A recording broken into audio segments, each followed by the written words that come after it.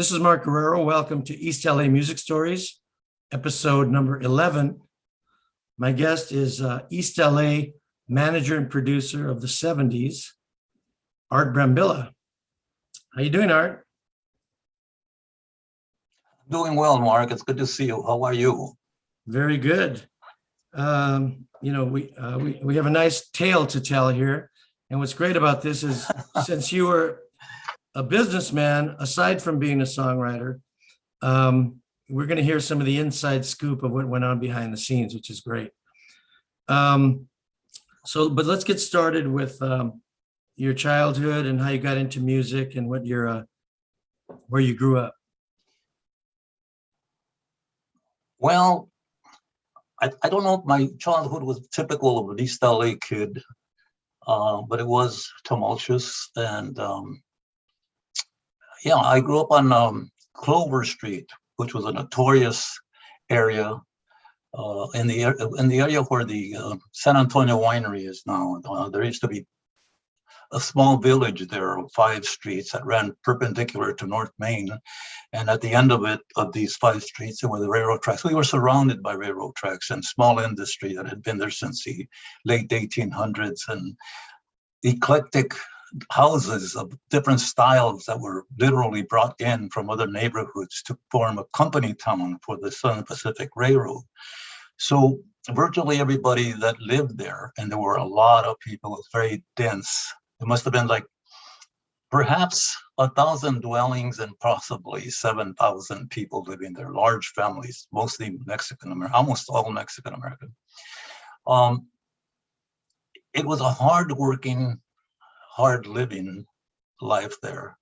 And in the early 40s, it was one of the flashpoints of the Zoot Suit riots, where most of those families had a lot of kids. So there was probably 50% of the people that lived there were under 25.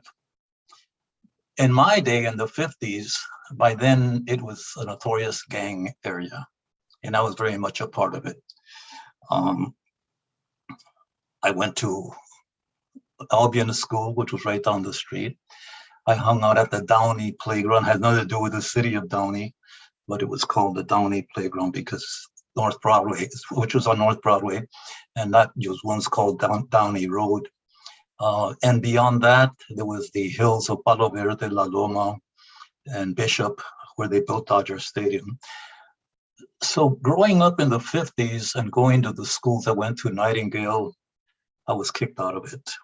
I was kicked out of it always for gang activities, never for drugs, which is something I never fooled with, never for stealing anything or hurting anybody, because they're just kids who grew up during the Second World War with the mentality and the indoctrination of fighting.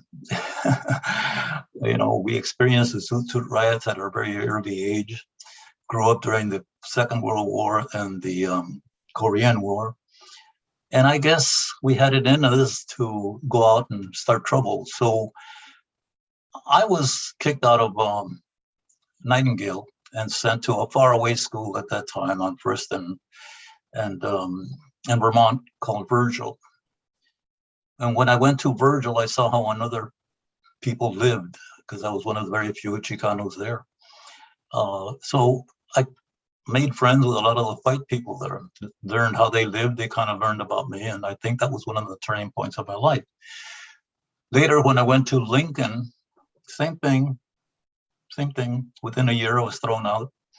They sent me to Belmont and then to Roosevelt. Finally, I came back to Lincoln and graduated from there in the summer of 1959. I guess that's kind of a brief wrap up of where I grew up and the conditions I grew up, the people I grew up with. If any one of your viewers goes to that area, the only way they can recognize it is by the San Antonio winery on Lamar Street, which was right the following street from Clover. There's nothing else there except old buildings and old small industry. But that was where I grew up. So talk about your nephews and how that worked out. Well, as you know, Mark, and some of your viewers may know, the Salas brothers are my nephews. The Salas brothers, Rudy, the oldest of the four, was born on Moulton Street, which is right under the shadow of what was the East Side Brewery, and then it became the Past Blue Ribbon. He was born there, and I remember he was born I'm like 9 years older than Rudy Salas Jr. My sister Margaret married a guy from South Central named Rudy Salas, and they moved into Moulton, where Rudy was born, and then they moved to Clover Street, directly across the street from my mother's house. Now, remember, I had 7 brothers and 4 sisters, all of whom lived in that one house for a short time, and then they started getting married. My sister got married, and my sister Margaret married a guy named Rudy Salas and moved directly across the street from us. Then Stevie was born there, Stevie Salas. And the 2 twin brothers, Richard and Robert, were born there too on Clover Street. A few doors down from us was a kid named Eddie Serrano, who you may remember from Cannibal and the Headhunters and later Yaqui. And this, that was my other nephew, Bobby Brambila, who lived next to Eddie Serrano. But Eddie Serrano was in the Enchantments too. He was your lead singer. That's right, he was. You're right, he was. And it was Bobby Brambila, my other nephew from my brother, Rawls' family, who formed the Enchantments. Yes. But as I said in the Grammy Museum panel discussion that you invited us into with Willie G and Jerry Gonzalez, in those areas and at that time, there were 3 things that were important to young people growing up in those barrios. And that was a family first. Family first. Remember that, because I may get back into that. The secondly was your friends in the street. The family provided. The friends in the street protected. And the third thing that was important to us was the only thing that everybody else got for free, equally. And that was music. Now, Clover Street, Lamar Street, Moulton, Antonio, and Gibbon Street at the edge of the LA River had a whole bunch of people that had come in from Mexico in the 1920s. Many of them were veterans from the Mexican Revolution and brought with them a lot of the corridos that they sang around the campfires. So there was a lot of people that played guitars and sang those songs. We were all influenced by those Mexican songs that my father brought in, our friends' fathers and mothers. And there was music all the time in that little barrio. So it wasn't unusual for someone like me to, as crudely as I play guitar, I play like 3 chords, like maybe 4 keys and 3 chords in each of them, and sang a lot of Mexican songs. And then for me personally, country music was very much a part of my influence since I was a little boy. When Stevie and Rudy were growing up, they used to love to hear me sing, and they used to love to hear me play guitar. They'd come across the street from their house to mine, and Rudy especially wanted to learn to play guitar. So when he was just a kid, 10, 11 years old, I taught him, because he was always looking at me and looking at the guitar and can I play it? And so I taught him the first few chords. I'm very proud of that, because he often said in various interviews when he became a local celebrity that it was I who taught him the first chords. I mean, it didn't take long for him to pass me up. I don't know where he learned to play guitar, but he certainly passed me up in just a few months. He had the talent. So point I'm making is the neighborhood was full of scary things, interesting things, but always music. Virtually every house you went to, you'd hear a guitar and people singing. It was that kind of a place. Rudy Salas Sr. was a visual artist, a pretty good one too, huh?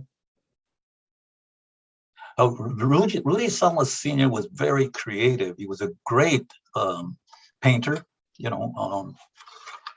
sketch artist, muralist. His creativity rubbed off on his kids. My sister's singing, she had a wonderful, she sang professionally for a short time in Arizona. She had a great voice. I mean, there was always talent in your neighborhood, in my neighborhood, and all over, but a lot of people didn't recognize it. And we'll get into that. Yes, so my sister, Margaret, Rudy and Stevie's mother, was very, very influential in teaching them to sing the harmonies and things like that. Because when they learned to play guitar and they started singing for the family gatherings, Christmases and stuff like that, they soon were recognized by other neighborhood people who asked them to sing at their functions, and they began to grow in that way. So how did you get into the music industry? Well, as I said, at a very early age, I was playing guitar very crudely, and I was singing country songs and I was singing Mexican songs. And you must remember that in those days, the school system wasn't paying too much attention to Chicanos. They really, really weren't. They put us all in industrial arts, metal shop, gardening, all kinds of stupid things, I guess, expecting that we would grow up to serve them and become the gardeners and become their auto mechanics and their barbers. I chose printing. I loved printing. I was always very into words, and I became a typesetter. So at an early age, I was pretty ambitious. And at an early age, I opened up a print shop in Lincoln Heights, directly across the street from Lincoln Park, kitty corner from Lincoln Park. And I made a success out of a printing company. I borrowed money and bought some printing presses. I was young, married with Roxanne, my daughter. I wasn't married to Roxanne, I was married to her mother, Susie, and we had Roxanne as a baby. So Susie, her mother, and I ran that print shop. And in a very short time, I hired like 3 or 4 people, including one of my brothers. But something happened. I met an older man who was maybe in his 50s. He was older to me because I was like 23 or 24, by the name of Sepulveda, who had a printing shop near Roosevelt High School. And he was so busy, sometimes he would send me some of his printing that needed to be done quickly. And most of what he was sending to me were flyers and posters of you guys. I mean, I was seeing your name, I was seeing all of these bands from East L.A., the Little Willie G's. I was becoming familiar because I was printing that stuff for this other man who was overwhelmed with too much business. So I became curious about the battles of the bands you guys were doing at East L.A. College and all of these venues that, Gigi Hall, the Kennedy Hall, all those places. I started going to see you guys when you were kids. Most of you are like 10 years younger than me. So I was fascinated with the music and the talent that I was seeing. And I wanted to do something about it. So on March of 1968, while I still had my print shop, I was on my way home from a delivery, and it was like 6 o'clock in the evening. And there was no point in going to the print shop because I knew that it was closed. I stopped to have a beer over on Garfield, a place called Golden Gopher or something. And the television set, they were showing, guess what? The walkouts out of Lincoln. I saw my high school on TV, and I said, hey, that's where I graduated from. I saw these kids, film clips, news clips about what's going on at Wilson and Belmont and Roosevelt. And I'm saying, wow, I went to Belmont, I went to Roosevelt, I went to Lincoln. What's going on? And when I learned that there was the walkouts, it fascinated me and it thrilled me because I was an angry young man. I was angry because they didn't give me the education that these kids of Moctezuma's Espartas, the people like Sal Castro, and the people I later got to know well. These were kids your age were walking out and protesting. They had had enough, and I was proud. So I said, I want to be a part of this, said to myself. But how? Well, what were they protesting? They were protesting the terrible education that they were giving us kids, including me, although I had graduated 10 years ago. I graduated in summer '59, and this happened in March of 1968. So 9 years earlier, I had been in those schools. And I was always angry that they never paid attention to us. They never gave us college prep course. As a matter of fact, at Lincoln High School, there were 90% Chicano, and every one of these school committees and the presidents and the consuls and all white, all white. There was very few Chicanos involved in anything because they simply didn't encourage us to go any further. They said, I literally tell us, you guys are good with your hands, so take wood shop. Right. But that always pissed me off. I was not a happy camper as a teenager. I was already pissed off. I was already an activist. I mean, I was boiling to do something. And I was looking at you guys, but how can I help these kids? Why aren't they national stars and major labels, And a month or two later, there is an ad, believe it or not, in the L.A. Times. I don't know, maybe it was the Times Mirror, one of those newspapers. And they were looking for a buyer of printing products, Capitol Records. And I thought, if I could get that job, in spite of the fact that I own a print shop, I created an agenda. I might be able to convince the people to cross that fucking river and take a look at the talent that's over there. So I went for an interview, full of confidence, because I was just that way to begin with. And because I loved advertising and marketing, I was thrilled that when I did get the job, that it was in the marketing department. Now, let me tell you a little story. I was about 9 years old when I was walking down the tracks behind my house. There were huge warehouses there. And we used to break every damn window we could find from those 2-3-story brick warehouses that had been there since the 1880s. At one time, some of those were breweries. But when we all moved in there, all these angry little kids would break every window we could. And I was walking alone one day, and I saw a broken window and the product behind it. The product behind it happened to be soap, like Tide soap and White King soap boxes. But this one was called All, A-double-L, All. I remember that. And I looked closely and I saw a slogan. Are you there? I saw a slogan on the box printed. It said, "It's all you need." And I thought that's interesting because that's saying two things. It's all the product that you need, and it's the only thing you need. And I was fascinated by the wording. So I was 8 or 9, and forevermore, I was fascinated with words, and advertising. And it was just something that interested me. So now I go to work for Capitol Records. I sold my print shop.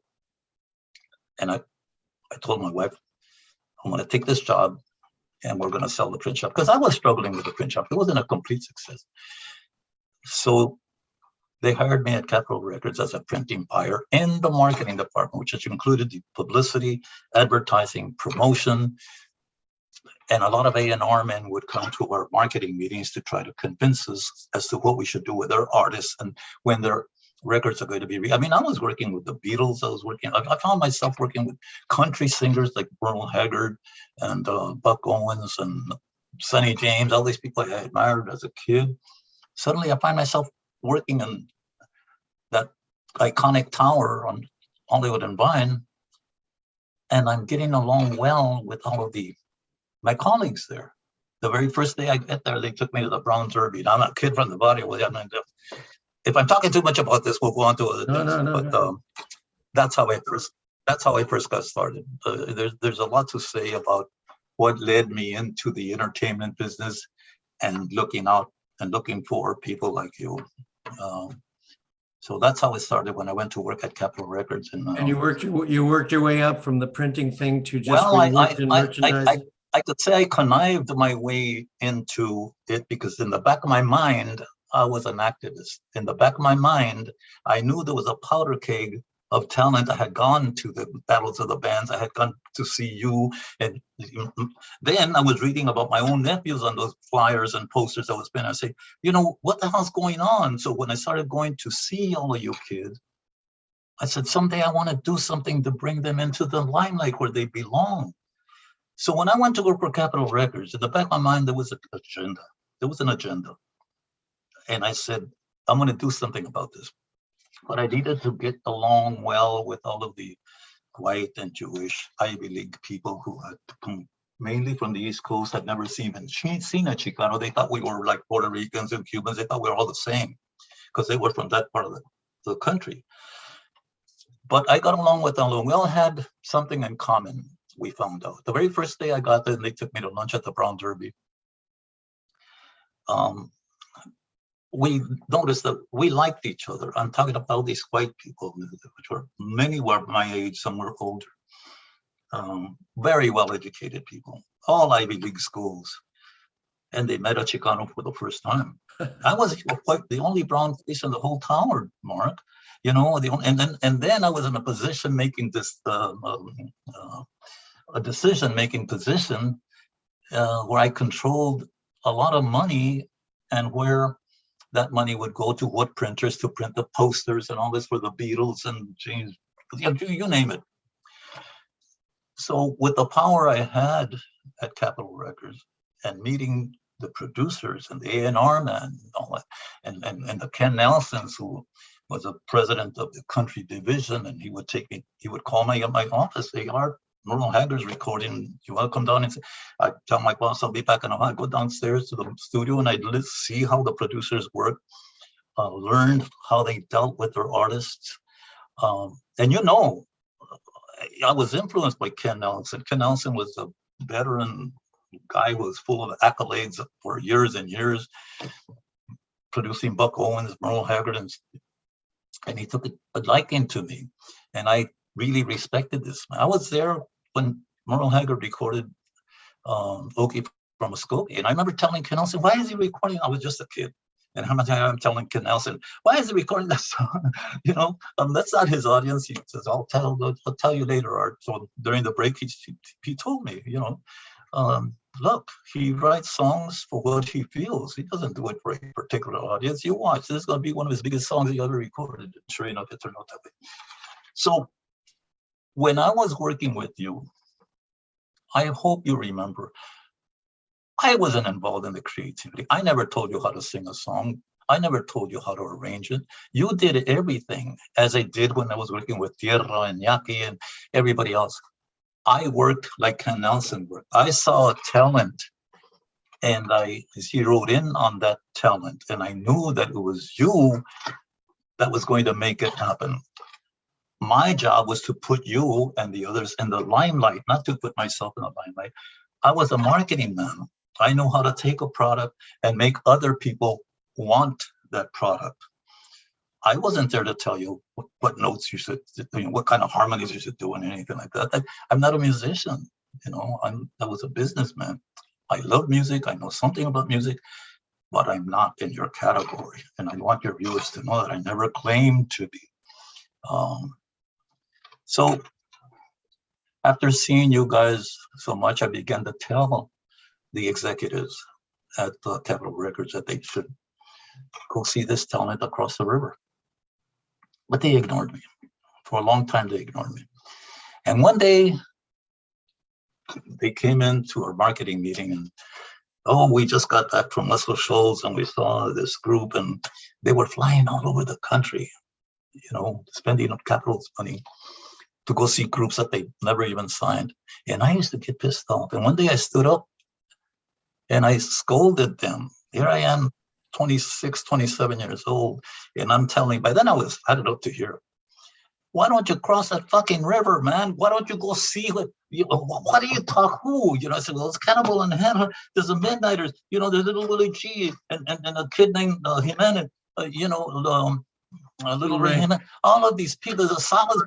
So, you know, and they didn't know what the hell I was talking about. Okay. In 1970, on August the 29th, as you know what happened when they killed Ruben Salazar, the moratorium. Now we were front page news, not only in the LA area, not only in the United States of America, worldwide front page news. You know, earlier, hey, the United States heard about the walkouts, but now the moratorium, or the sheriff's riots of the moratorium on August 29th, 1970, the world knew about us. That protest was about the fact that Chicanos and other minorities were being drafted and sent to the front lines out of proportion with the rest of the population to That's Vietnam. correct. That's correct. And that's something that the executives and I had in common. We didn't like the fact that the young kids were getting killed in Vietnam. We supported, see that, you know, when I joined Capitol Records, the thing that we found out about each other is that we had much in common, more than we had differences. They liked me because they realized, hey, he thinks like us in regard to the politics. I mean, we didn't like the assassinations that were going on in the late 60s. We didn't like the Charles Mansons killing celebrities. We had common thoughts. And what you're right, that was another thing we had in common.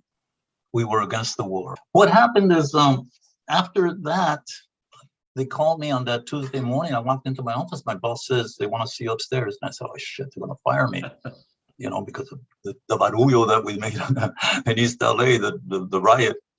And I go upstairs. Oh, sit down, sit down. You know, these executives from the NR. And I'm looking at them, okay, what, you know? Well, you know, all this stuff you've been telling us for the last couple of years about the talent across the river. And I said, yeah.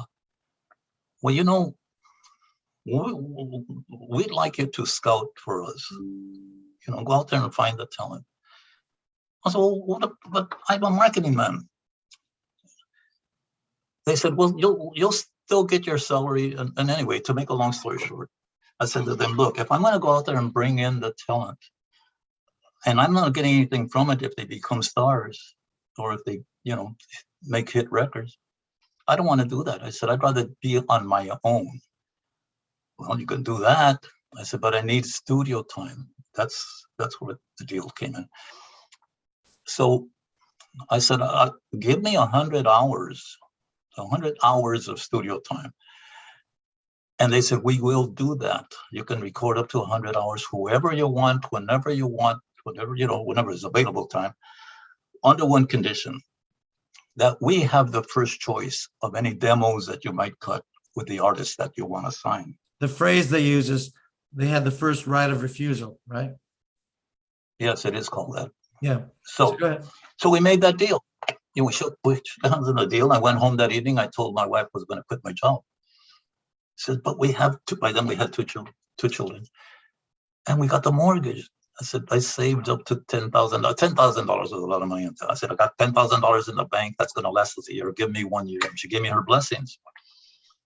And that's how I got into the music business aside from Capitol Records. I'm probably the only producer manager that came to you guys from the inside of the industry to you, as opposed to Eddie Davis, Eddie Torres, Billy Cardenas. These guys were producers, managers that were not that familiar with the lingo, the terminology, the way that, what it is that the executives want to hear before they sign an act. I had been there for like 2 or 3 years already. I knew what they talked about when they were considering signing an artist. So I was well versed from the inside to come out to the outside to bring you guys to the inside. The studio that they gave you was Independent Studios in Studio City. And that's where you took everybody. Yes, that was a small studio in Studio City. Remember it? Yes. So the first thing I did when I left Capitol Records, obviously I didn't know you and I didn't know anyone. I knew of you. So I called my nephews and I had a meeting at my house with Stevie Salas and Rudy Salas. I told them I had left Capitol Records because I wanted to help them and others, and that I had 100 hours of studio time. And they were just forming a group they wanted to call Maya. And they agreed to go into the studio and cut some demos for me to see if I could sell them, you know, get them signed to a major label. But I told them not under the name of Maya. This is a story that for once and for all, everybody's got to know, because there's been a lot of bullshit about it. I didn't like the name Maya, even though there was a lot of new bands using ancient, our heritage names like Azteca. Even we use Yaqui. But Maya was having a marketing background. I knew that, like everybody else in the industry, is going to have some enemies. And I thought, Maya, all the enemies need to do is add a T-E at the end of Maya. And you have a very derogatory word against our Black brothers. And I told Stevie and Rudy, no, not under Maya. But why not? This is the name we want. And I explained to them, because they're going to, you'll get ridiculed by a large segment of a market that you may need. And what's the point in putting yourself in that kind of danger? I was thinking like a marketing man. I wasn't thinking like a producer at that time. So I convinced them, look, come back next week and give me some alternatives. And they came back with several. And one of them was Tierra. And I said, well, Tierra, it's hard for an Anglo to produce Tierra because you got to roll your R's and they can't do it. But if you pronounce it in English, Tiara, then it becomes a crown jewel, right? A tiara, it becomes a crown, a jeweled crown. So that's how the name Tierra was approved by me to go into the studio with my two nephews. And by that time, they had Kenny Roman. Kenny Roman. As I recall, Steve Salas played bass on the first tracks. And then they brought in Conrad Lozano, later of Los Lobos. Later. Yeah, that's right, Steve. Yeah. So, and then you came along. And by then I had talked to a lot of others, and I'm going to tell you, I'm going to compliment you here, okay? Not to butter you up or anything. But there was a powder keg of talent in East L.A. at the time. And took me a year or more of trying to convince any label. You were the spark, because once I signed you with Lou Adler. Right. But that happened before this. Rocket's red glare. Right. But we got to remember that I was signed to Lou Adler before the Capitol thing. Before Capitol. Yes. Okay. So, So you had helped me get a deal with Lou Adler, which was a major thing, in 1971, which was a year before this whole Capitol independent studio thing. So yeah, we had that deal. But once you brought Tierra, Yaqui, me, and some other groups in to record, that's when Capitol selected me to be put out on Capitol. And then you were able to sell those groups to other labels, right? Is that what happened? That's exactly right. Yeah. But what I was hoping to get clear is that after I signed you to Lou Adler, and it came out in the trades that Brown Bag Records had signed its first artist, then others began to call me, other labels began to call me and ask, do I still have some of those groups I had presented to them in the past? So we exploded after Mark Guerrero hit the trades of having made a deal with Lou Adler. Then it was Lou Adler, by the way, who told me to go see Russ Reagan, a friend of his that was heading the 20th century. Oh, that's right. And then Tierra was signed. Tierra was signed maybe a week later. And soon after that, it was Yaqui. And then before you know it, the Carmen Morenos and the so many others. Johnny Martinez also. Yeah, Johnny Martinez. And then Capitol was glad to have you after you left Ode, and well, I thought it was on the strength. I thought it was on the strength of the recording. Remember, I did Rock and Roll Queen. That was a pretty commercial sounding record, and that they wanted to put that out as a single. Well, I've told you before, of all of the artists that I handled, I saw you as the most commercial on a nationwide basis. I thought if Mark gets a hit, Mark is going to be a star across the country, if not across the world, because yours was much. You sounded like the kind of music that was going on at that time, more so obviously than Tierra or Yaqui or the others that I had. But we were very gung-ho activists, all of us. And we were recording songs that were mostly social comment, right? We were doing the barrio suites and things of that kind. And Tiempo para un cambio. And my second single was I'm Brown. And I'm Brown. That's right. But you did that for Capital, right? Yeah. Yeah. I'm Brown was Capital. Yeah. At Capital. Yeah. So we were all doing the social conscious thing, you know? Yes, we all were. And I'm glad that we were, because we did our part. You know, I was talking to Stevie Salas not long before he died, and we were talking about the possibilities of having a monument made to the Chicano soldiers that returned from Vietnam. And he said, well, you know, Uncle, we all fought that war. Yes, we all appreciate the service of the Chicano soldiers in Vietnam. But we were all fighting that war in different segments of society. You and I and the people I was working with, we were fighting it within the entertainment industry. We had other people fighting it in sports, in medicine, in jobs. You know, we were all fighting that fucking war.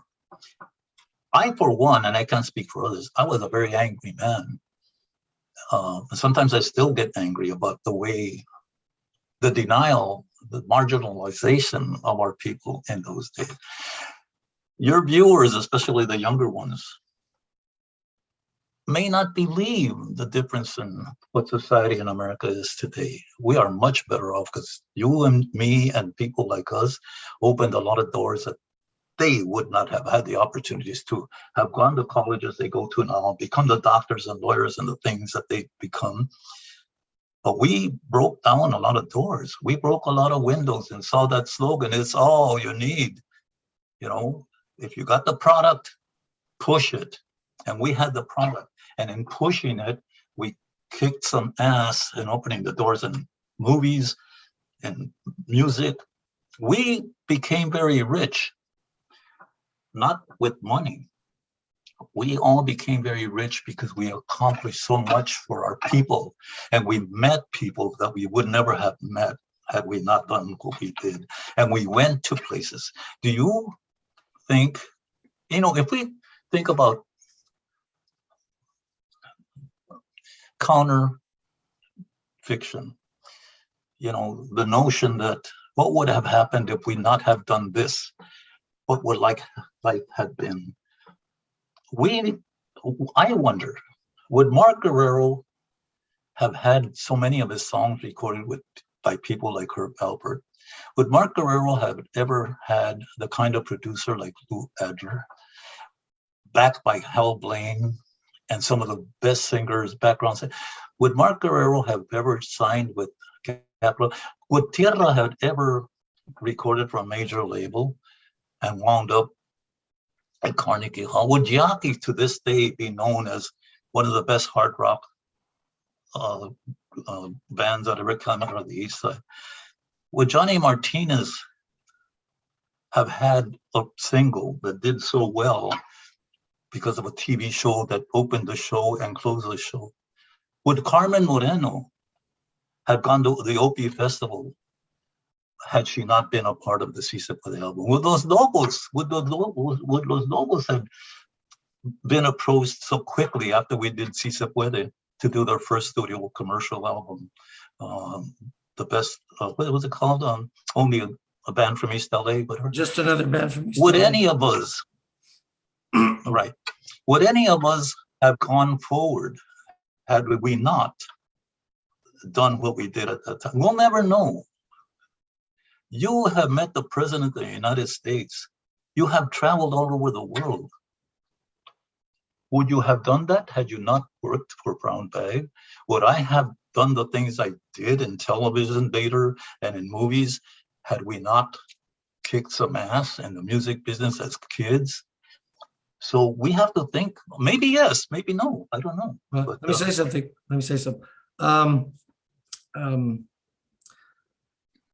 I'm just glad that we did it. You know, it's on the record that we did it. We accomplished it. You started Brown Bag Productions, and you were trying to kind of create a Chicano Motown. And what you accomplished is I was on Capitol, Tierra was on 20th Century, Yaqui was on Playboy, Carmen was on Capitol, and Johnny Martinez. But you had an office there across the street from the Capitol Tower. It was a thing happening. It was really something that was getting going. And as you have said, one of the reasons it didn't get to where it had to get, or we wanted it to get, was all of our inexperience. You mentioned yourself, you were young. You may not have had the experience to pull it to the next level, business-wise. You're right. You're right. And yet, when I was hired as a director of Motown Latino, I was offered everything that I needed. I mean, Motown brought me in to start a new label.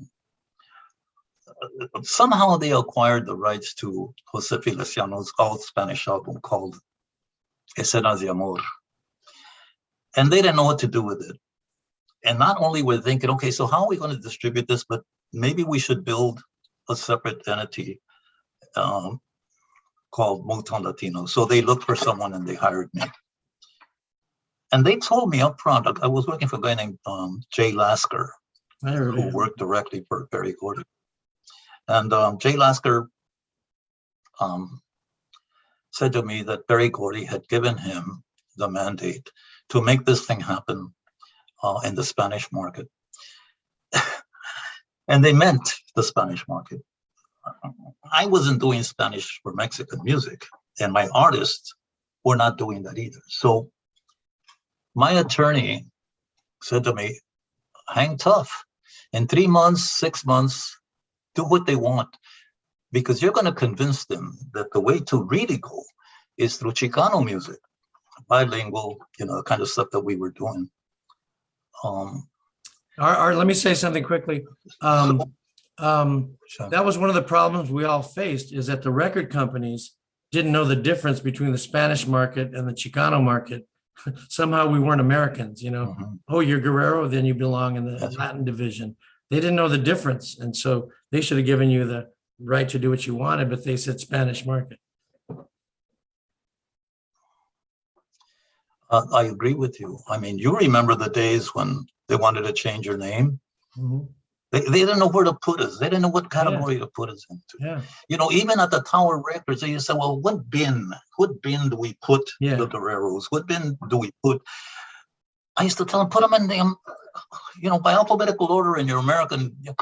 They didn't get it. I mean, I think like sometimes I look back at it, I think when I joined Capitol Records and they begin to like me a week later, is because I didn't walk in like they expected me with a mariachi outfit or something. You know what I mean? Yeah. They expected me to be Mexican, and then when they realized I'm American, very proud to have a background, the Mexican background, they thought it was okay after all, But I walked into the president of Capitol Records, not the one I had worked with, but several years later, who actually said to me, oh, there's Art Brambila again. What do you think this is? Take a Chicano out to lunch week? Now, as bad as that grammar is, I thought to myself, hey, there they go again. Because I'm bringing in Chicano artists to make a presentation to try to get them signed, Art Brambila is coming in with mariachis. They still couldn't get it, man. So when I went to work for Motown and they wanted Mexican music, because I had Jose Feliciano, I had a commitment to him. And I had to set up a distribution system. I called a Brambila music I had heard about in Guadalajara. Brambila, just spelled the same as my name. And when the man got on the phone, he says, your name's Brambila? You connected with Colonel Brambila, the owner of this? I said, no. But where was your father from? I said, from Unión de Tula in Jalisco. Well, that's what we are. He said, we must be related. So they were very helpful. They were thrilled to hear from me. And you had Motown Latino? I said, but I'm looking for distribution. So they sent me to the distributors around Pico and Hoover, Música Latina and a whole bunch of little small distributors. And I made deals with them for Motown because we had an all Spanish album by Jose Feliciano. So all of this was in the trades. everybody knew who I was. Everybody knew that I was at Motown. Mhm. So, you want me to go on?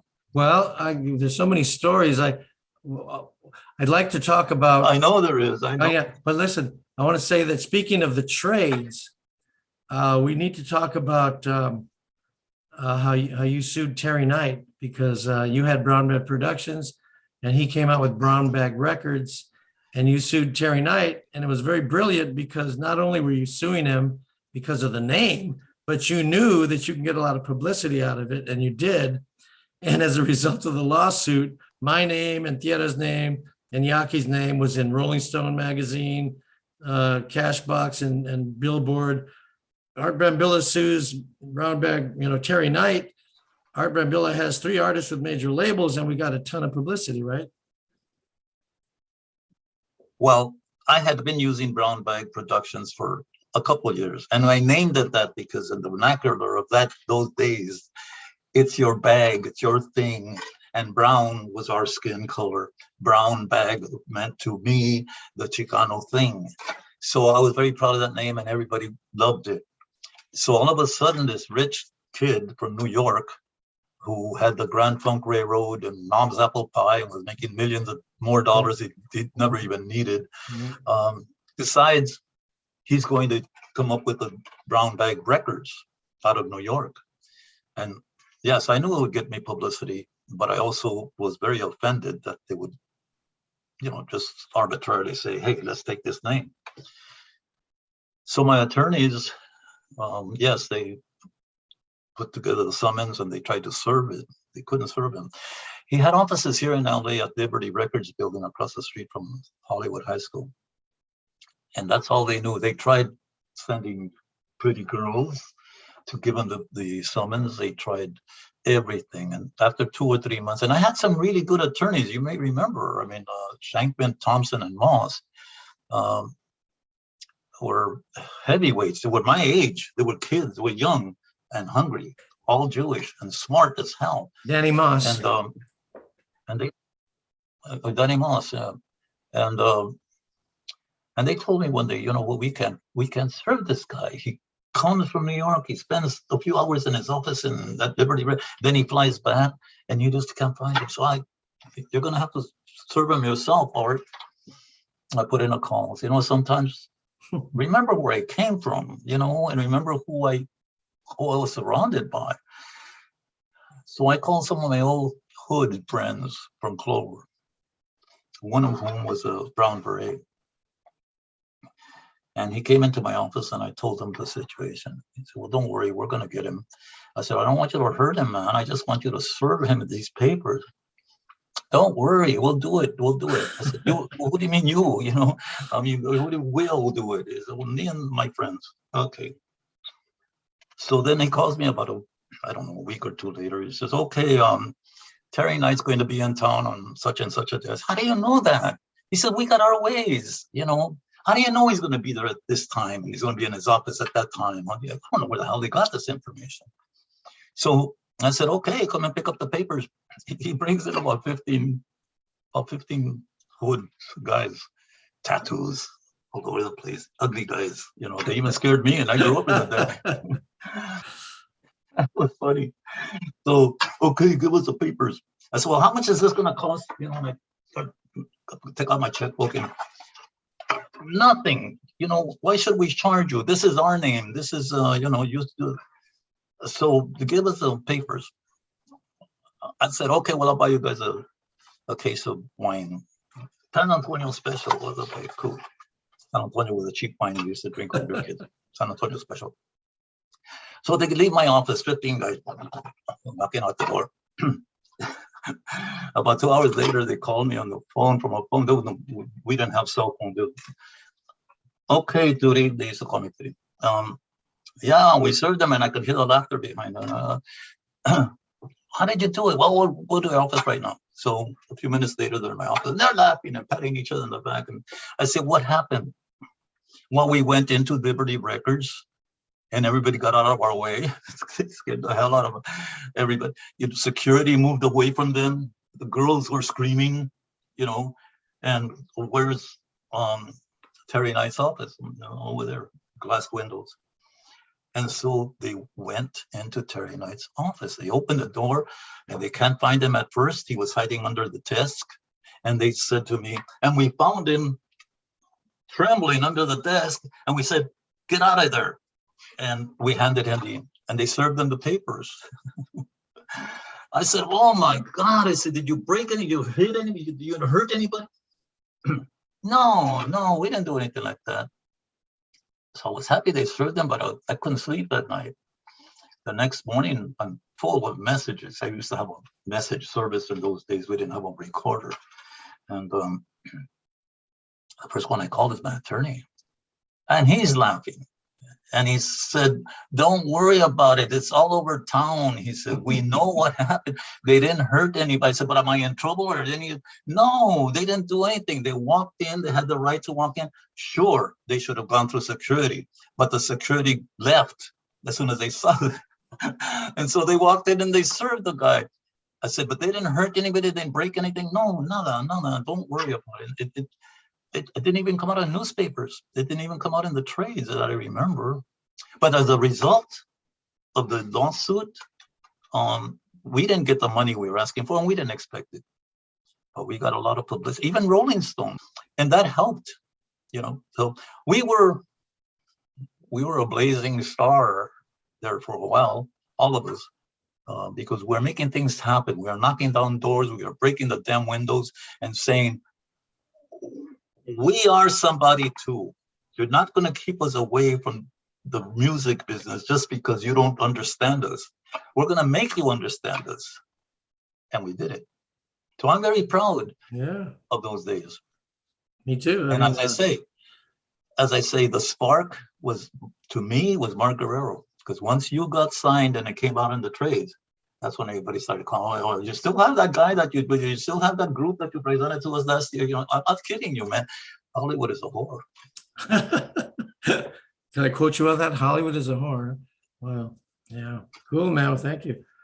So you and I, despite all the stuff we did together, we had some business disagreements, and we split up, and I wound up going to A&M Records and doing an album over there. And you went on to do many things, including the Si Se Puede album. Let's talk about that. It's very historic, very important. Well, the Si Se Puede album is, to me, my shining light. But the Si Se Puede album was not planned. It happened as a favor to Cesar Chavez. I was sitting one Saturday afternoon watching TV, and I was watching Bandstand, American Bandstand. And I was watching soon after Soul Train. And all the time I'm thinking, how come we don't have a show like that? How come we have a black show and a white show, a dance show, and we don't have anything? So I picked up my trusty, yellow pad, and I started formatting the idea for a television show, a dance show with Chicanos. And there's a long story because I worked a long, hard year to try to get finance. I went to everybody for financing. I went to Danny Villanueva.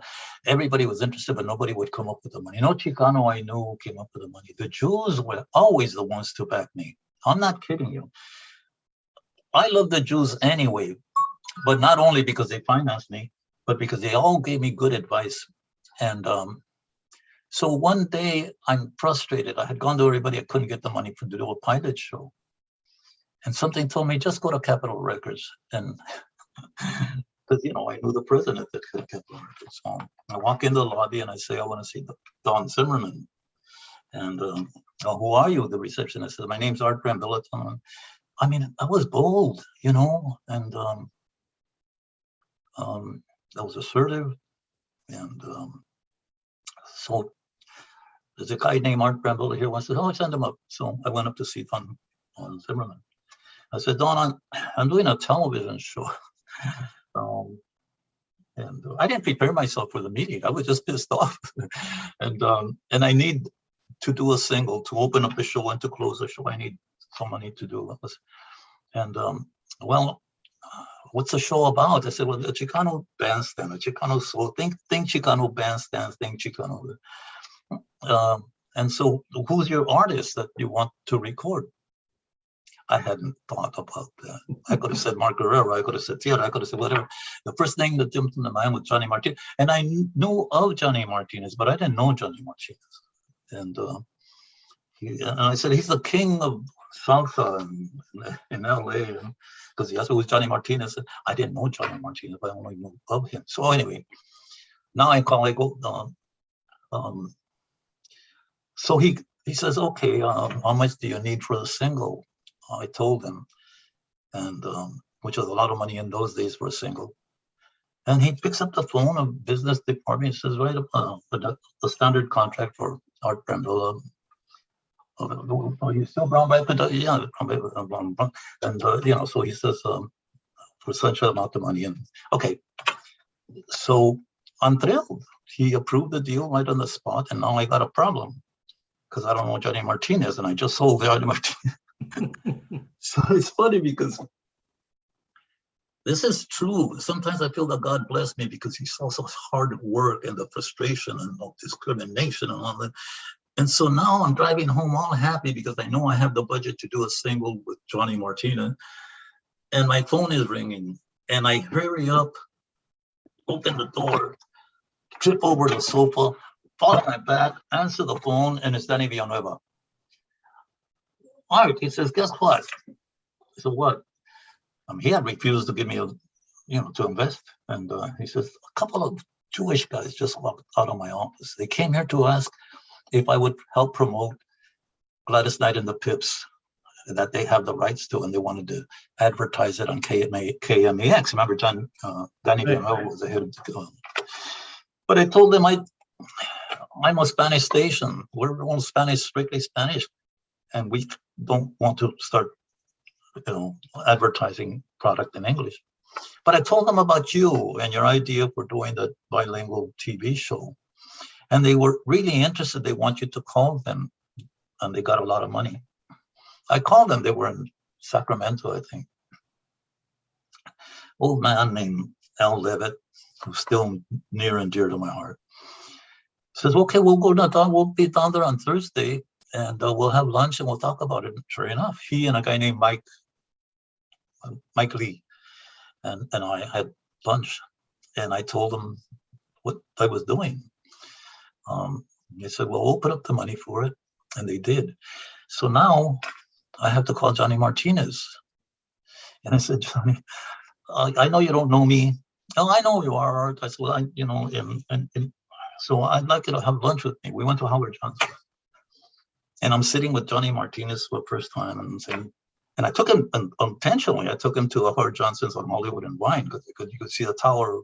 I said, Donnie, how would you feel if I get a deal for you at, right there at the tower? He said, what kind of a deal? I said, maybe, I don't know, an album or something, maybe a single. I already had the deal, but he didn't know it.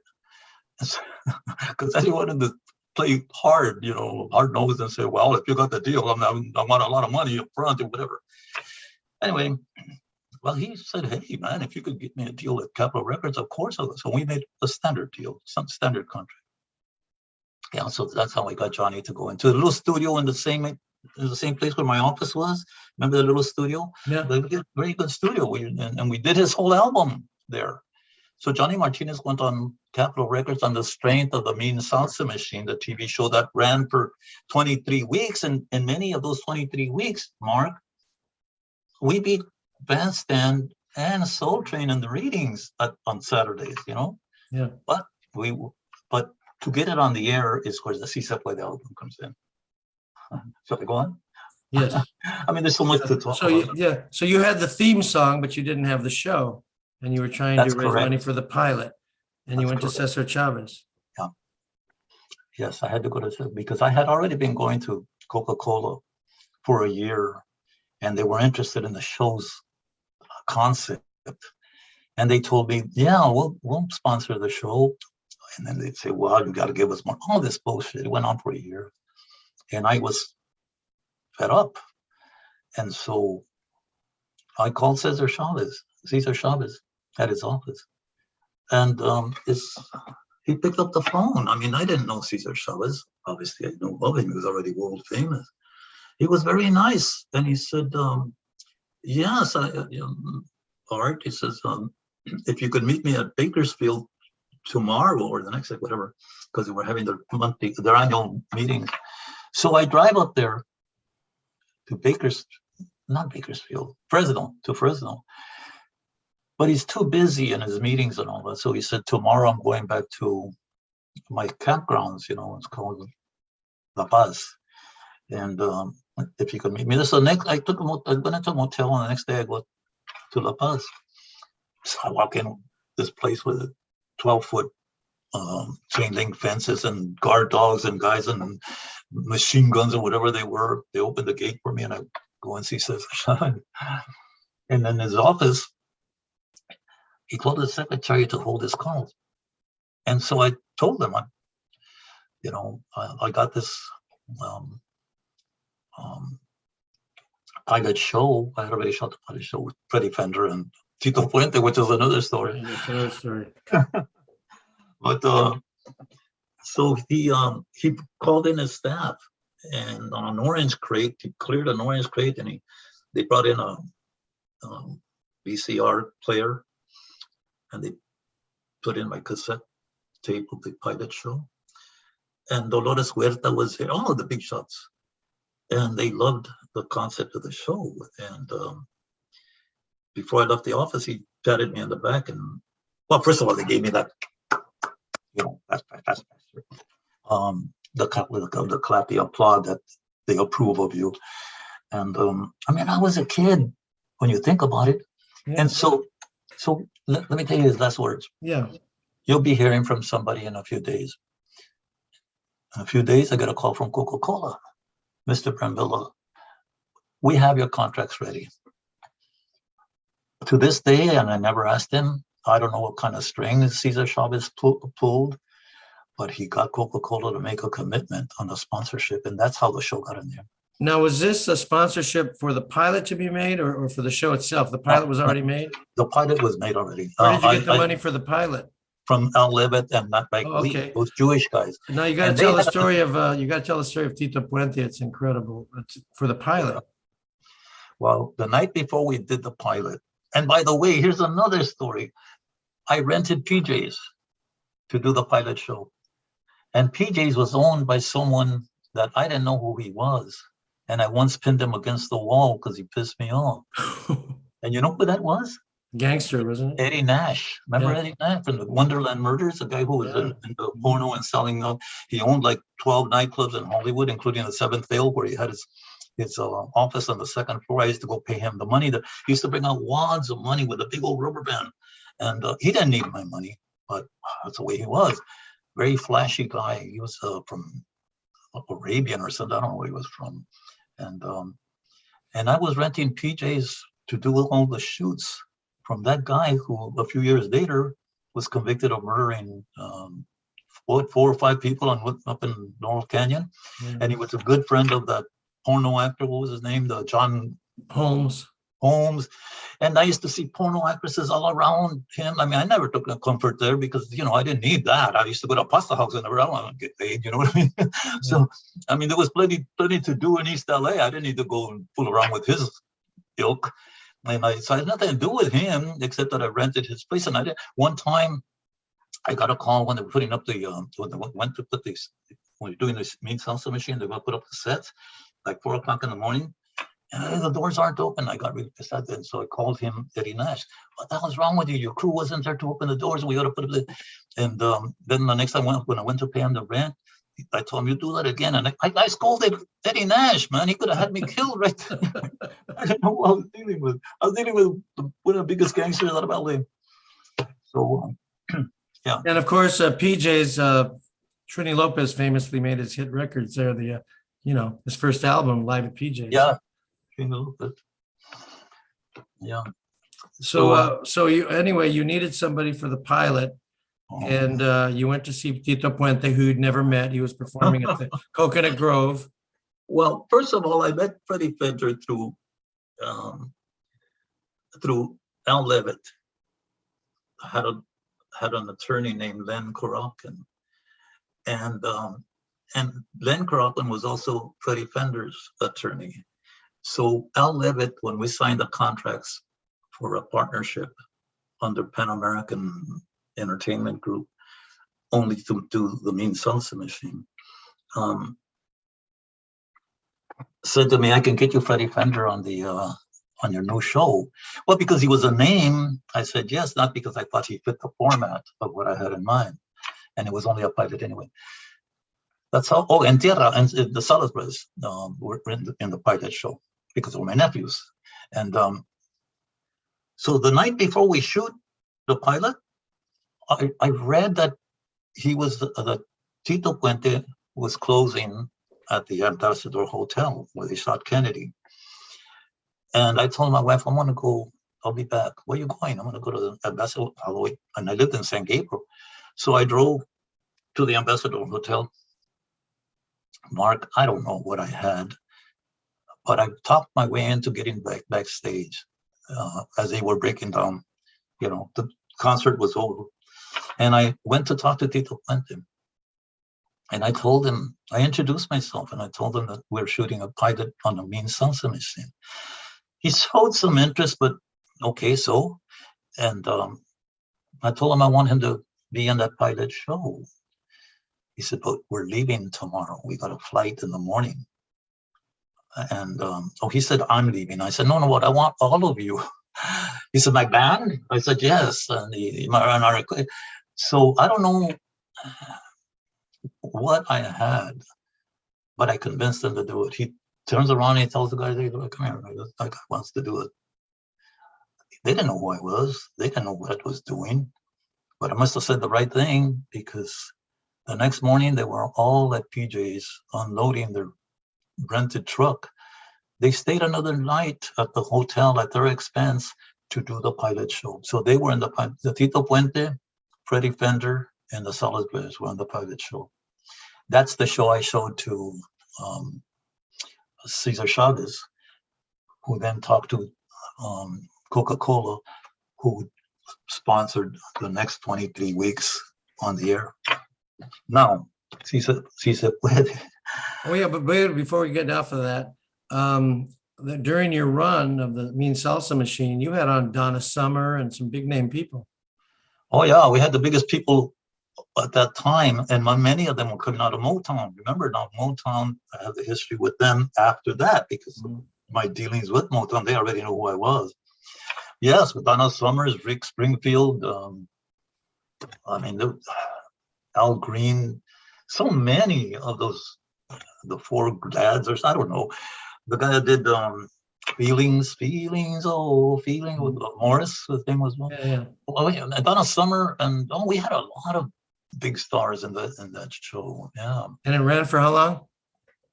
23 weeks. Actually, we did 20 episodes, and they were 1 hour shows. You know, they were like bandstand and so, and it was very well done for its time. But the station, Channel 9, KHJ, had sold upfront advertising. So they asked me if they could repeat 2 of the shows. I said, yeah. So we did 20 episodes, but it ran for 22, 23 weeks. Quite an accomplishment. So that led to the Si Se Puede thing for Cesar. Well, I wanted to do something for Cesar Chavez. And I thought, well, I'll put up a concert, because we had done that. Remember the concert that you were in? The Feria. We got to talk about that too. It's really that's another story. Yeah, but go ahead. And I was talking to my girlfriend, and I was saying I was divorced by then. I want to do a concert to show my appreciation to Cesar Chavez. And she looked at me and said, "Well, why don't you do what you do best?" And I thought, what? You know, and she said, "Why don't you do an album about his songs and his plight and the struggles of the United Farmer?" I said, "You know, that is a hell of an idea." And so I started thinking about that album in my mind. And then I was talking to someone else who said, if you think De Colores sounds good with an adult singing it, you ought to hear what a kindergartner sounds like singing that song, De Colores. And I began to imagine that in my head. And so, yeah, I put together the Si Se Puede album, and I went to Los Lobos because they were the best for that kind of music. And I don't think they trusted me. You know, as you were saying, you know, as friendly as we are with each other, and we're sure we have disagreements. Look at the Salad Brothers' disagreement. And you and I, to me, it was not that big a deal. It was just something we disagreed on, you know. I mean, you never became my enemy, and neither were those. And they said to me, but Art, how do we know that what y'all, because I told them I want to do this album and I want you guys to, you know, to be the main people in it. Well, how do we know that you're not giving us a bunch of bull? Can you get us a letter from Cesar Chavez, you know, acknowledging that you have the right to do this? I said, I'll do better. I'll introduce you to Cesar Chavez. And so I called Cesar Chavez and I told him what I was doing. And he was, oh, you don't need to do that. I said, yes, I do. I want to do an album about your struggles. And I want you, the next time you're in town, I want you to meet the people that are going to do it. By then I had talked to my nephews and I had talked to other people. So at my office, an entourage with Cesar Chavez and his people came into my office, media people, place was jam-packed. And we had big offices at the Motown building up in the penthouse, at the Mean Salsa Machine offices. And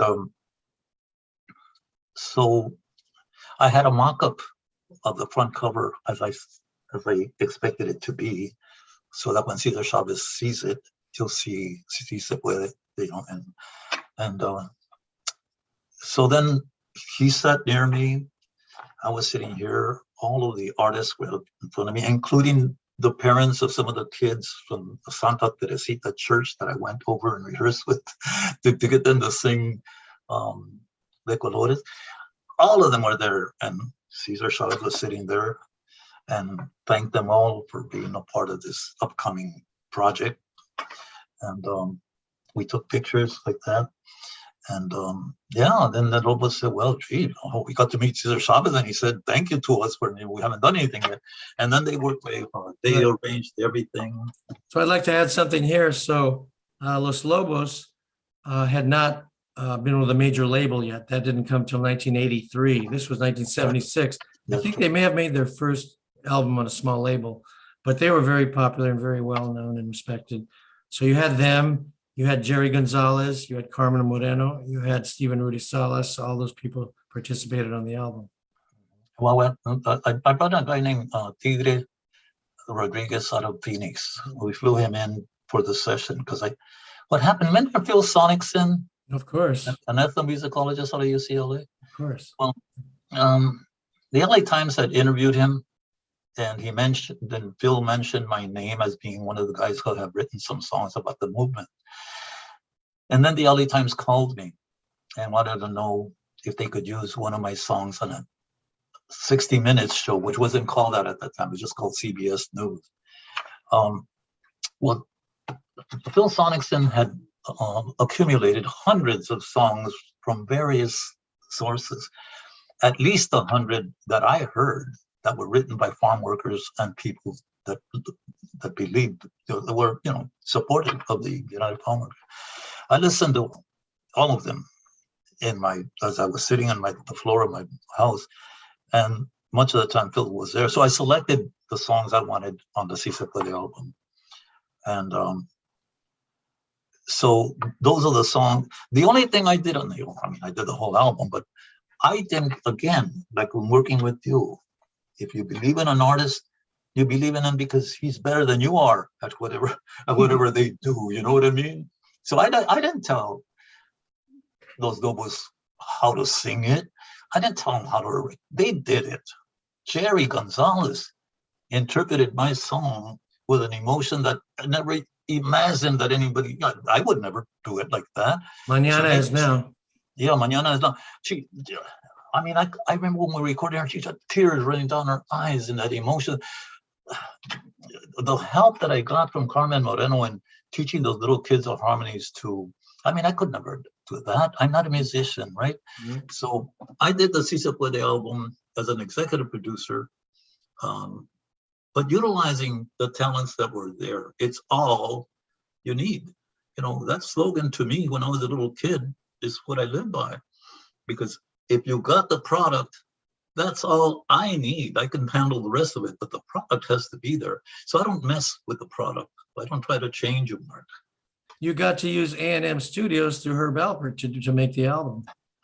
Yeah, I called Herb Alpert, and I told him what we were doing. He was very open-minded to that because he was a very liberal guy. I told him I was doing an album. I wanted to do an album with Los Lobos. Who's Los Lobos? Well, for Cesar Chavez, Cesar Chavez, that kind of stuff. And so, yeah, he gave me all of the studio time I needed, all of the tape and the engineer. Wow. So I got all of those people who got into the studio, and it took us, I don't know, a couple of weeks to cut the whole album. But Los Lobos worked their ass off. They were obviously very talented, and they used to rehearse at where I lived. But I never said, well, change this or change that, or don't do it. That wasn't my bag. That wasn't who I was. I was a producer like Ken Nelson, who I was influenced by. Hey, you were recording Merle Haggard. You're not going to tell Merle Haggard how to sing a song, And like with you, Mark, I tell you right now, I never used your father's name in a presentation of Mark Guerrero. Mark Guerrero was all I needed. And you didn't, with all due respect, you wouldn't want to be. I never mentioned it. You use that way, you know what I mean? But like I said, those people wouldn't know who he was anyway. He was mostly known in the Chicano community and in Mexico. But I never brought it up. I never wanted to bring it up. But you got to tell it yourself, and Los Lobos and the Salas Brothers. The Salas Brothers and I did have a few riffs here and there because they were my nephews, and I guess I felt a little bit more at ease in telling them how I wanted it, especially with Stevie. Stevie was a pain in the ass in the studios. No, I mean, he was a perfectionist. I mean, it reminds me of when I did Carmen Moreno's first demo. Have I told you lately that I love you? I wrote it in Spanish and English there. Two takes with just her guitar, and I took it to Capitol Records, and they signed her like that. Stevie Salas would never allow that. He'd want 100. He never said it. He always thought he could do it better, and he could often do it better. But he's the only one I really had fights with, Stevie Salas, because he was so good that no matter how he sang it and how many times, he could still make it sound good. So I mean, at what point do you start? Stevie, that's enough. We don't need another take, But Rudy, on the other hand, was a piece of cake. Rudy was a smart businessman. Rudy was intelligent. He had drive. Rudy was totally responsible for in my opinion, for the hit song Together. He got his own financing. He got scheduled his own studio. He did everything. And then he and his wife, Martha, promoted the hell out of that thing and would take those albums to the local. He made it happen. And Rudy had the wherewithal to keep Tierra together for 30 years through constant personnel changes. He branded Tierra. He made Tierra. I was one of them that started Tierra. I never took credit for it because that's not me. As I say, you guys are the product. You guys are where the lights should shine. We, the Eddie Davises, Art Brambila, the Maxi Biases. Hey, stand back. You got your product there. Right. And let me say something about Steve Salas. Now, Steve Salas, great talent, great charisma. Everybody loves him, but he was kind of a free spirit, and he wasn't the most responsible guy in the world. Rudy was the one keeping. That's why we all loved it, because he didn't seem to care about the rest of it. But Rudy was a businessman as a young kid. I tell you, he used to look at me playing guitar, and there was something going on in his head, as a little boy. It was the trip. Yeah. So let's talk about the Feria de la Raza. Let's turn the clock back to 1972, the historic concert at Cal State L.A. out in the football field. And it was billed as the first Chicano Rock Concert. And it was, in the sense that all the Chicano shows before that were dances and shows, and, a theater show, East L.A. College. But a concert a la Woodstock, people sitting on the grass, smoking grass, it was like a Chicano little Woodstock. And the lineup was me. I was a solo artist with Capitol, and I was billed as Mark Guerrero with the Mud Brothers. We had Tierra, who was with 20th Century Records already. We had Elijah, great horn band from Montebello. And they were recording for United Artists Records. And Carmen Moreno, recording for Capitol. Was it Epic or Capitol at that time? I don't know. Maybe it was Epic at the time. I think it was Epic at that Yeah. time, yeah. And El Chicano, who was riding high with their big hit. So we had El Chicano, Tierra, me, Carmen Moreno, and Elijah outside at night. And At Cal State L.A. And it was a tremendous thing. And it's considered very historic. I was asked to write a whole piece on it for a book called, what's it called? Turn Up the Radio, Pop Rock and Roll, 1958 to 74, something like that, by Harvey Kubernick. And I'm in that book in many sections on various things, but he asked me to write a piece on that concert and why it was important. And I did, so it's in that book. And yeah, so you put it together, talk about how that happened. Well, I did, and for many years, well, the LA Times called it, said that there were 10,000 people there. A lot of people dispute that and say it was at 12 to 15,000. But last year, you wrote on your Facebook some kind of a tribute to that concert from 50 years ago. And I showed the flyer. And you showed the flyer, right? And, my head started spinning because a lot of people responded to you, to your post, that they had really remembered it. And some said they hadn't even been born yet. Many said, why don't you do it again? And gee, I wish I had been there. And yes, I heard a lot about it. All of these comments that were responding to what you did, had me going crazy. And so a lot of people started saying, why don't you do it again? 50th anniversary. I wasn't going to mention this, except that tomorrow I have a meeting that is very important. So I'm going to tell you what's been going on. I'll tell you quickly. Last year, all of last year, I surrounded myself with some of the movers and shakers of East L.A. Everybody from the moratoriums to the David Sandovals and Danny Hernandez's of the Hollenbeck Youth Center, Tomas Benitez, some of the best people that have proven themselves to be doers are a part of this. I've met with Jerry Velasco, who is now my partner. We used to head the Nosotros organization with them.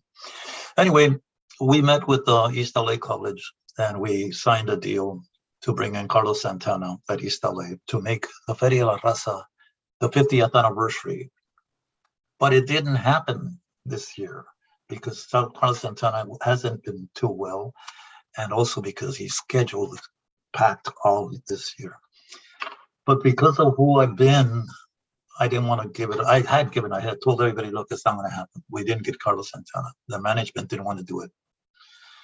But something has been gnawing at my brain and in my heart.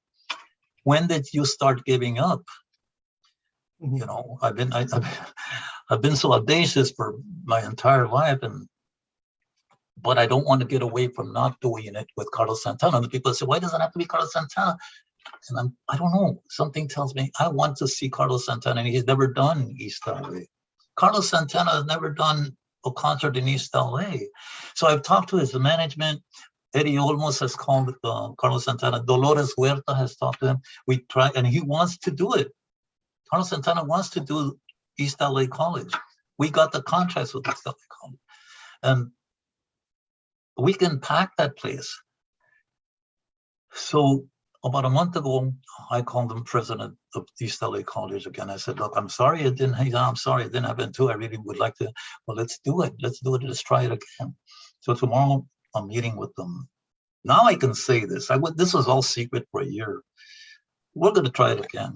And any help that we could get from anybody to get Carlos Santana at East LA College, I would appreciate it. Because I want to go out in my career with a bang. I don't want to, people have said, well, you can bring in the Lonely Boys. These are big acts. But I don't want to. Something tells me Carlos Santana is my contemporary. I want Carlos Santana at East LA College. And if I don't get him, he's the only one that can fill the stadium. I believe that too. I can believe that too. I mean, just think, to end my career bringing Carlos Santana into the East L.A. College Stadium. Very perfect. I mean, I would go away and write my memoirs. I wouldn't need to do anything. I don't need to do it now, but I want to still, you know? I mean, that's just who I am. And so this would be technically the 50th anniversary, 51st well, actually, anniversary on the 51st year, yeah, because of our original concert. You and I have talked. You went to a couple of our meetings. Yeah. You got to be in that concert. You know, El Chicano has to be in that concert. Tierra Legacy, we'll see what happens after August because they're going into court. Complicated. And then we'll see what happens. It's another thing that breaks my heart about what they're having to go through. You know, and we bring in you with your group and doing some of your dad's songs and your own on Brown, and you know, I'd like to see that happen. And I don't know if I'll be twisting in my grave someday if it doesn't happen. You know what I mean? Spinning. I want to see that. Yeah, happen. well, that would be great. That would be But fantastic. I want to talk to you about something before it slips my mind. I many people have asked me what I regret in my career, and I'm going to tell you. I see 3 male singers in our contemporary days and 3 female singers that I believe were destined to be international stars. I want to name them. One of them I saw yesterday in concert. I went to see him in concert. The 3 people that I wish I had worked with, okay, in no particular order. I see Little Ray Jimenez, Steve Salas, and Little Willie G as the best entertainers that I know came out of the East Side. Singers, performers, charisma, everything that it's all you need. I never worked with Little Ray, and I never worked with Little Willie G. Obviously, I worked a lot with Steve Salas, practically to his dying day.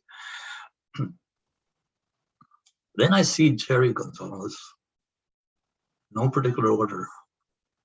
Isela Sotelo in her prime, and Ursi as the best female artist that I would have liked to. I worked with Jerry, never worked with, and I worked with Isela. I signed Isela to Motown Records, you know.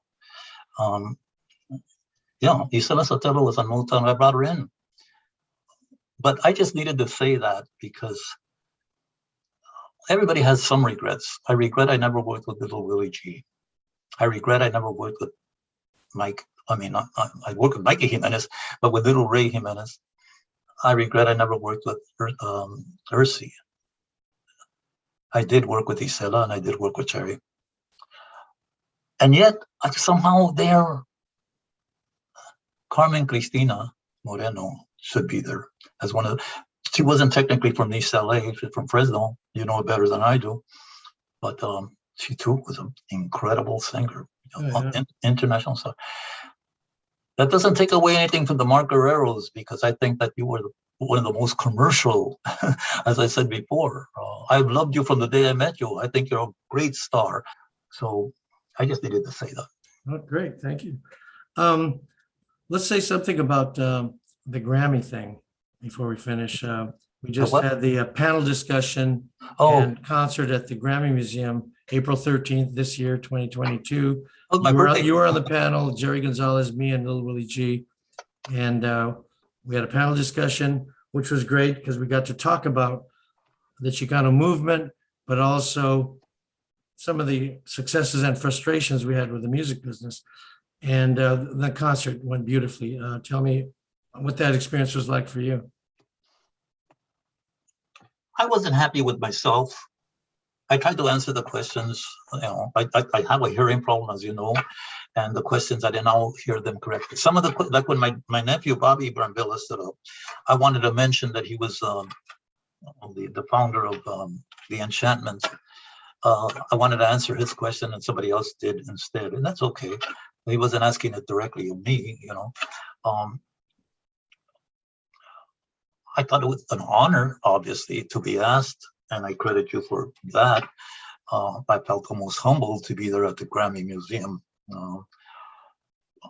But my own performance, and you know, but I'm not a performer. You know what I mean? So maybe it's okay. Well, I mean, I disagree in the sense that I thought you were perfect in the sense that we needed somebody to represent the business side and talk about the frustrations that you had trying to explain what a Chicano was, and that they wanted to change my name, to have a forum, to have Chicanos take over the Grammy Museum and tell their story was incredible to me, historic, and one of the greatest experiences of my life because of that. All right.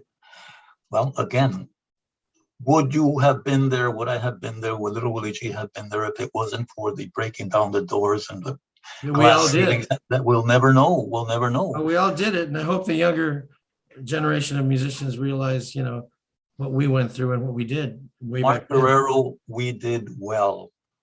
We did well.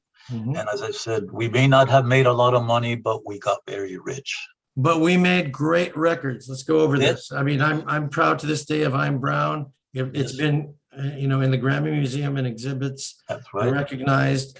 And it's one of my favorite things I've ever done, if not the most favorite. And then, you know, Tierra's first album, in my opinion, is the best album Tierra ever made. It's a great album. Barrio Suite, one of the greatest songs they ever did. Yaqui, great album, great band. Time for a Change.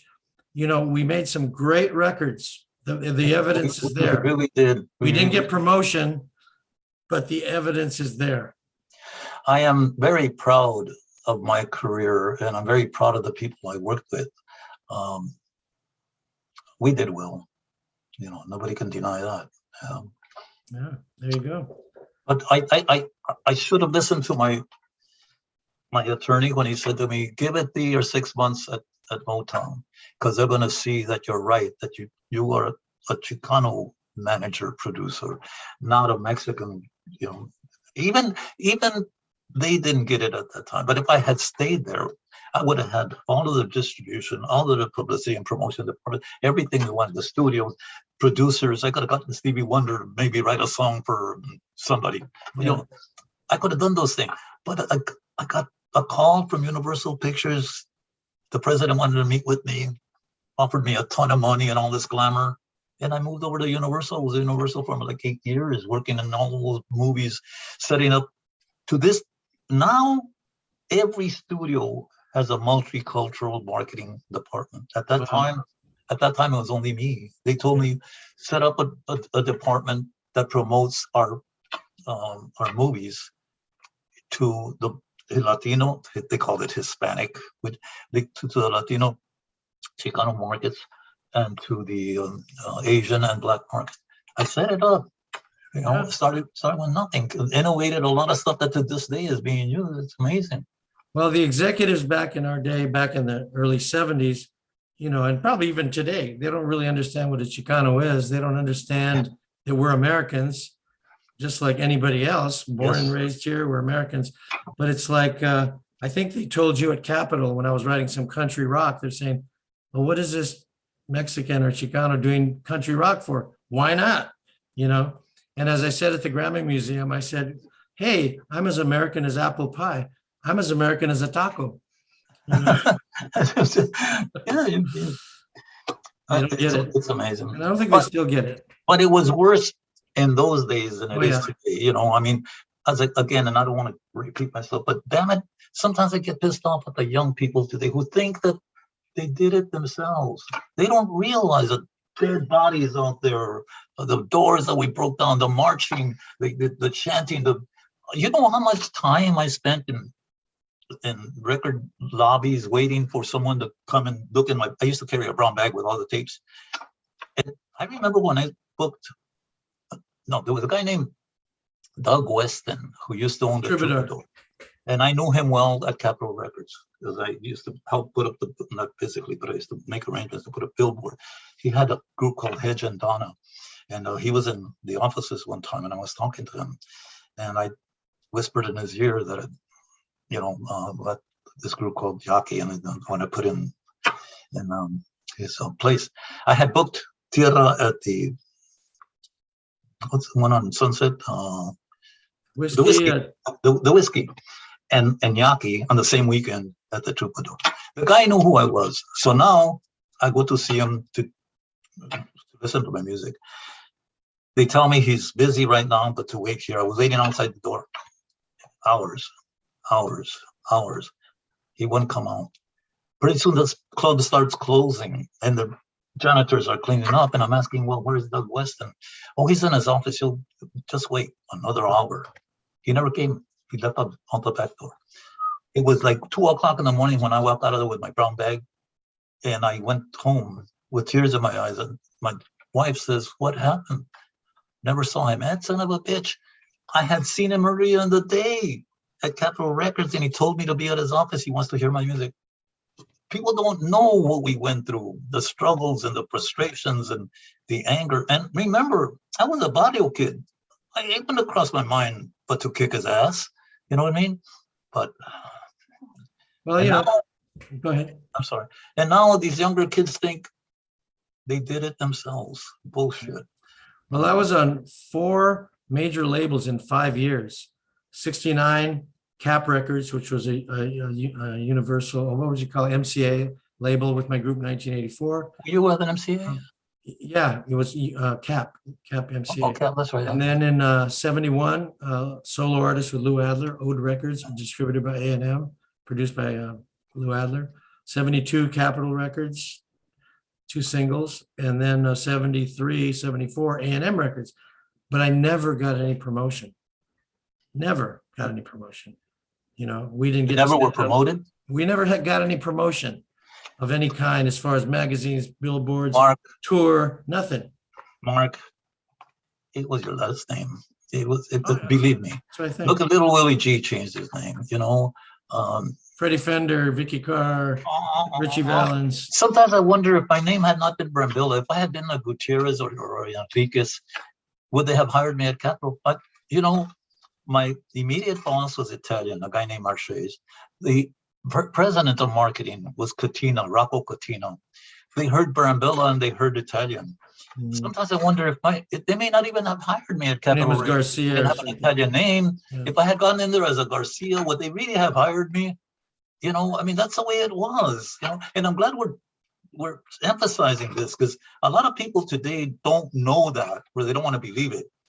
But it was not an easy place to be in the 60s and 70s in America for Chicanos, you know. Yep. But we won. That's right.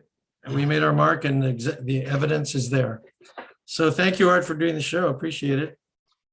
Hey, you know, I humbly feel honored. I would do anything for you. You know that. And well, hopefully we'll do this. Your guys like you is all I need. You know. Hopefully we get that show going next year, man. Thank you. Gee, a little prayer from all of your viewers, I hope, because we got to have Carlos Santana. If Carlos Santana doesn't do East L.A. after all the years of support they've gotten for Chicanos in this side of the world, it would be a forever shame. Yes. We got to get Carlos Santana at East L.A. College. That's right. Okay, man. Thanks, Art. Talk to you later. Okay. Thank you very much.